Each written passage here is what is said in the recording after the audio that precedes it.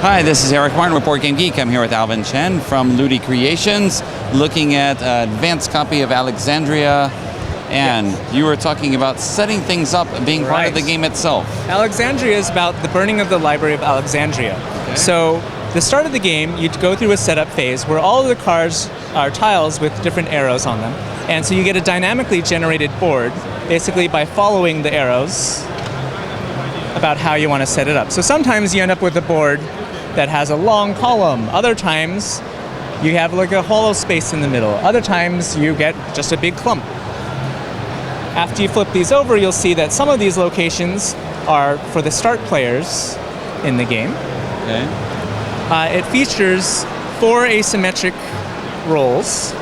Tabitha the Scribe, who's going and running through the library to try to save as many books and ancient knowledge as she can. Neferhotep the Architect, who maybe can see the structural weaknesses and sometimes lays traps for the other players, or maybe will have a water jar that can preserve a certain room from being burned.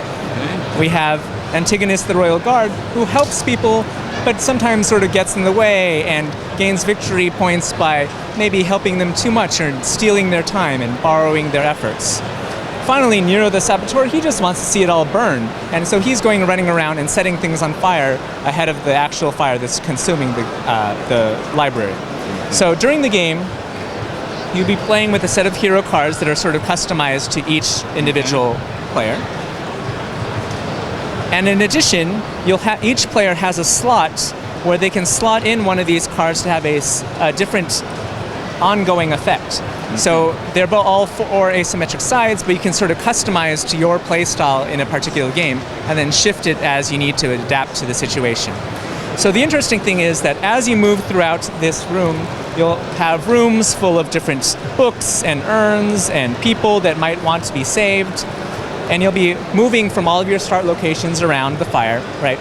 And then at the end of each round, some of the rooms moving from the outside in will burn, thereby consuming whatever might have been left over there, and possibly players who were sort of a little unwary. There are some little miracle actions that can sort of save your life if you do it and you fail, but basically the library sort of burns from the outside in, and eventually the players run out of room and they end up clustering, and then at the end of the game there'll be one room left, all the players will burn, and the player with the highest victory points is the one who survives and tells the story of what happened. Okay. Maybe Tabitha will say, hey, look at all the knowledge I saved, but Nero might say, hey, I saw these 3 other people running around and burning the library. The other neat thing about this game is that it cleans itself up as you play. All right, thanks for the overview, Alexandria.